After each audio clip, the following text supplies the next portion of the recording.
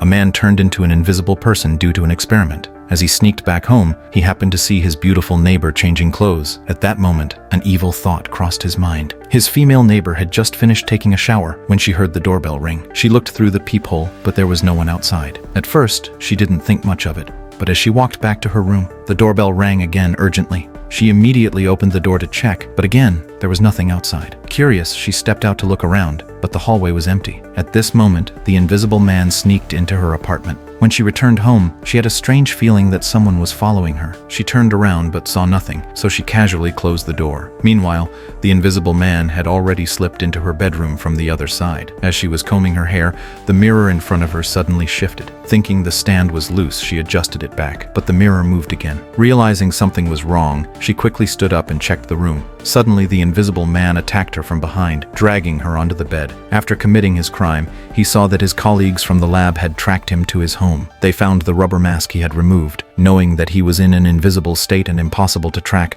the colleagues rushed back to the lab. At this moment, they had yet to realize that they were about to face a great disaster. Originally, Sebastian was a top scientist. He had accepted a secret military project to study biological invisibility. A year ago, they had successfully developed a serum that could turn animals completely invisible, but they couldn't find a way to reverse the process. The experiment had been stuck at this stage until one night when Sebastian had a sudden breakthrough and discovered the formula for the antidote. He immediately gathered his team to conduct a live test. His colleague Linda extracted the antidote, and Sebastian personally injected it into an invisible gorilla. As the antidote entered its bloodstream, the circulatory system gradually became visible. Soon, the body tissues also started reacting. Just as they thought the experiment had succeeded, the gorilla experienced severe pain, leading to an irregular heartbeat. Unable to withstand the strain, its heart stopped. Sebastian immediately ordered his team to administer electric shocks. The gorilla showed no response. Just as they were about to lose hope, its heart suddenly restarted. Gradually,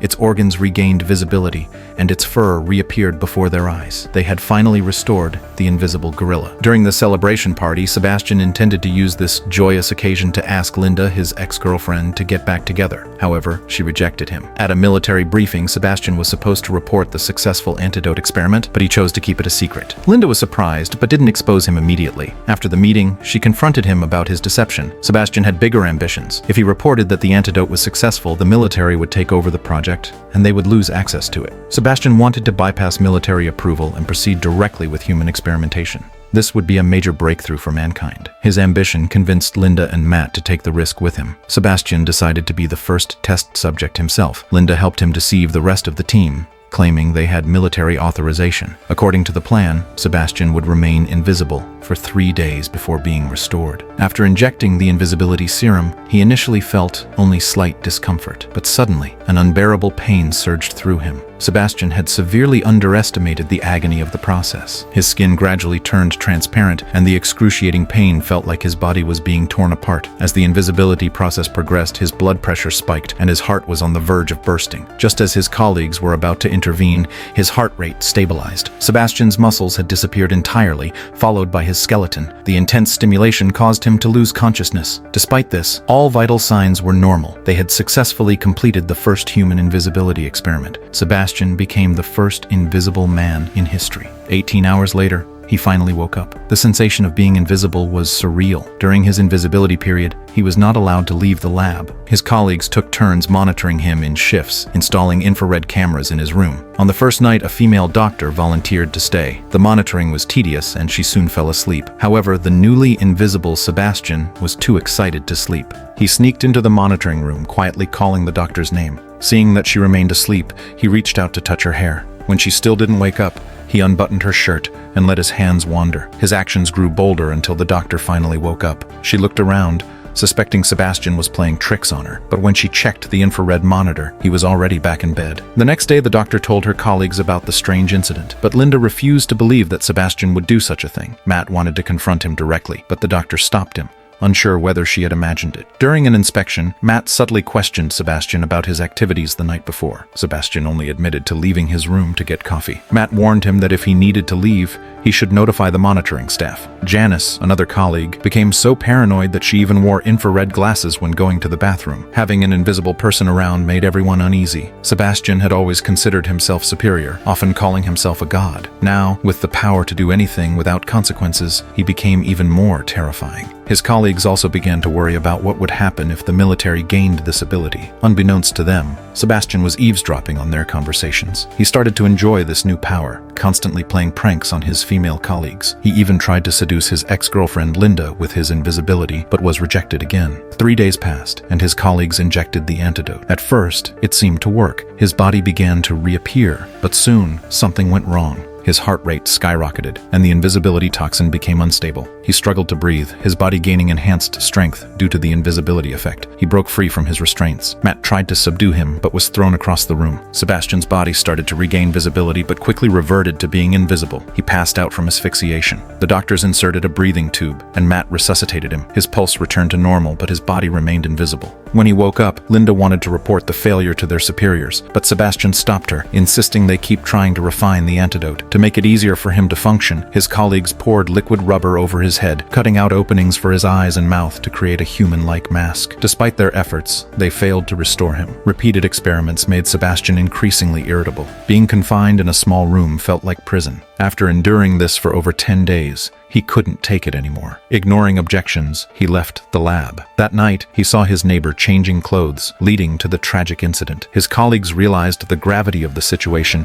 and planned to catch him using infrared glasses. But before they could act, Sebastian returned to the lab. Linda confronted him about where he had been. Though he claimed he had only gone home for clothes, she had seen his discarded mask and knew he was lying. She warned him that if he left again, she would report his unauthorized human experiments and shut everything down. Sebastian had no choice but to comply. But when another antidote test failed, Linda forbade him from leaving. Enraged, Sebastian tried to assault her, but she locked him in his room. Driven mad with anger, Sebastian hatched a plan. He tampered with the surveillance cameras and sneaked out. At Linda's house, he discovered she was dating Matt. Furious, he smashed her window. Linda and Matt looked out the window, but saw no one. They suspected that Sebastian had sneaked out and immediately called Frank at the lab to check. However, the surveillance footage showed that everything was normal. Sebastian was still in his room. Back at the lab, Sebastian felt deeply humiliated. Outside, the transparent dog kept barking furiously. Losing his last shred of sanity, Sebastian grabbed the dog and violently killed it inside its cage. The next morning, the female doctor found the dog's corpse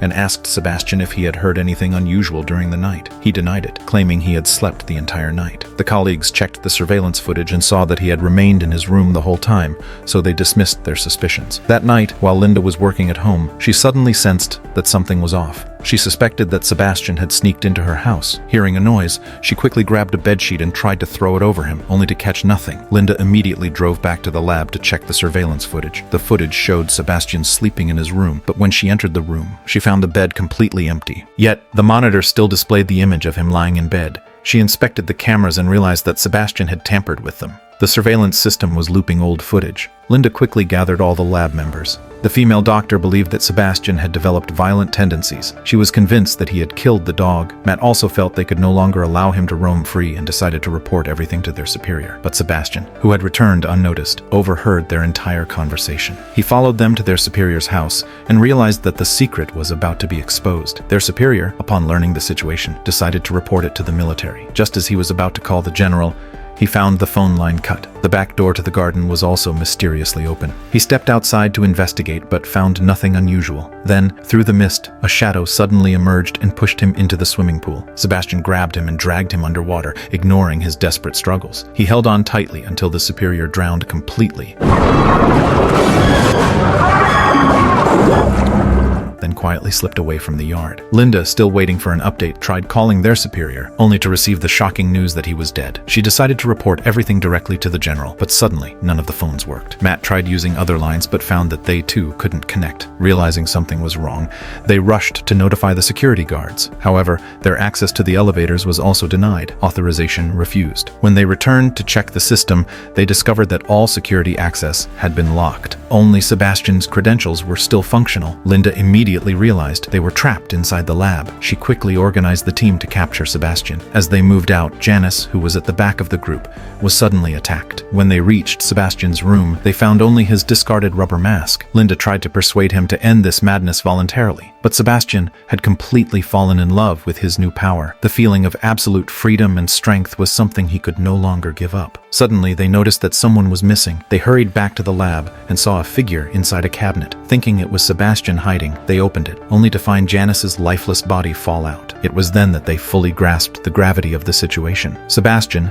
in order to keep himself from being exposed, planned to kill all of them. Linda instructed Frank to restore their elevator access. Meanwhile, the others set out to capture Sebastian. Previously, the lab had installed motion detectors to catch an invisible lab rat. Activating the system, they quickly detected Sebastian's movements. Linda stayed behind to relay his location. Two male colleagues split up to corner Sebastian. Frank rushed in, claiming he had found a way out. They could escape through the ladder shaft in the elevator well, but as the two men searched for Sebastian, they couldn't find him anywhere. At that moment, Carter spotted a heat signature behind a pipe. Matt signaled Carter to cover him and fired a tranquilizer dart at the shadow, but there was nothing behind the pipe. It was just an air vent. Suddenly, a painful scream rang out behind them. Sebastian had launched a surprise attack on Carter. Matt fired his gun, trying to save Carter, but accidentally shot and ruptured the ventilation duct. The escaping gas briefly revealed Sebastian's form. He had been hiding above them the entire time. Realizing he was exposed, Sebastian grabbed Carter and flung him aside. Carter's head slammed into a metal panel, leaving him gravely injured. As Matt rushed to help him, Linda shouted a warning. Sebastian was still above them. Matt quickly fired into the air, breaking a pipeline, which caused scalding steam to fill the corridor. Taking advantage of the chaos, Sebastian charged at Matt, slamming him into the wall before escaping toward the lab. Matt pursued him, but Sebastian sealed the stone door behind him. Linda warned Matt that Sebastian was closing in on him, but with the corridor filled with steam, Matt couldn't see where Sebastian was hiding. Sebastian had activated all the ventilation shafts. Linda decided to go outside and help. Matt used a fire extinguisher to try and slow Sebastian down, but Sebastian was not only invisible, his physical strength had also become abnormal. Soon, Matt was overpowered and knocked unconscious. Luckily, Linda arrived just in time to open the door and save him. The female doctor and Frank rushed in to help the injured Carter. The doctor found that Carter had lost too much blood and asked Frank to stay behind to apply pressure to the wound. She ran back to the lab to retrieve blood bags. Just as she was about to return, the door suddenly locked behind her. Thinking quickly, she tore open the blood bags and poured them all over the floor. Seeing that no footprints appeared, she breathed a sigh of relief. Just as she was about to open the door, she was ambushed. She threw more blood forward, briefly revealing Sebastian's form, but she was no match for him. Sebastian forcibly turned her gun on herself and fired the tranquilizer dart into her own body. Then, without hesitation, he snapped her neck. Carter too succumbed to his injuries. When the others returned to the lab, they found a trail of drag marks leading to the doctor's corpse. Frank, who was guarding the entrance, was suddenly impaled by Sebastian.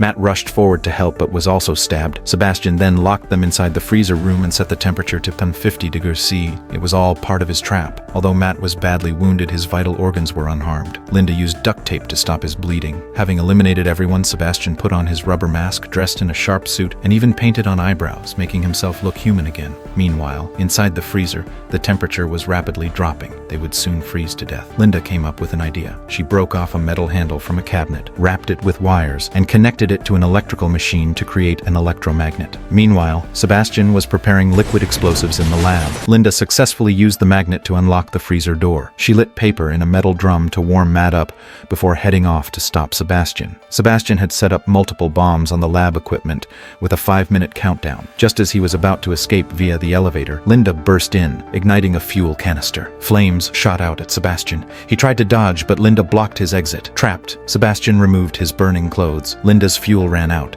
and Sebastian's burns began healing rapidly. He became invisible once more. Linda used the last bit of fire to trigger the fire suppression system, hoping it would reveal Sebastian's position. Unfortunately, she was still ambushed from behind. Just as Sebastian was about to kill her, Matt arrived in time and knocked him out, successfully saving Linda. However, they had still underestimated Sebastian's strength. When he regained consciousness, Sebastian picked up an iron rod and charged at them. But Matt, hearing the sound, tackled him into the wall. The iron rod struck the power panel, electrocuting Sebastian on the spot. Rushing back to the lab, they saw that the explosion countdown had only a few seconds left. They hurried into the elevator, intending to escape through the emergency ladder above. Moments later, a massive explosion erupted in the lab. The flammable materials inside triggered a series of chain reactions.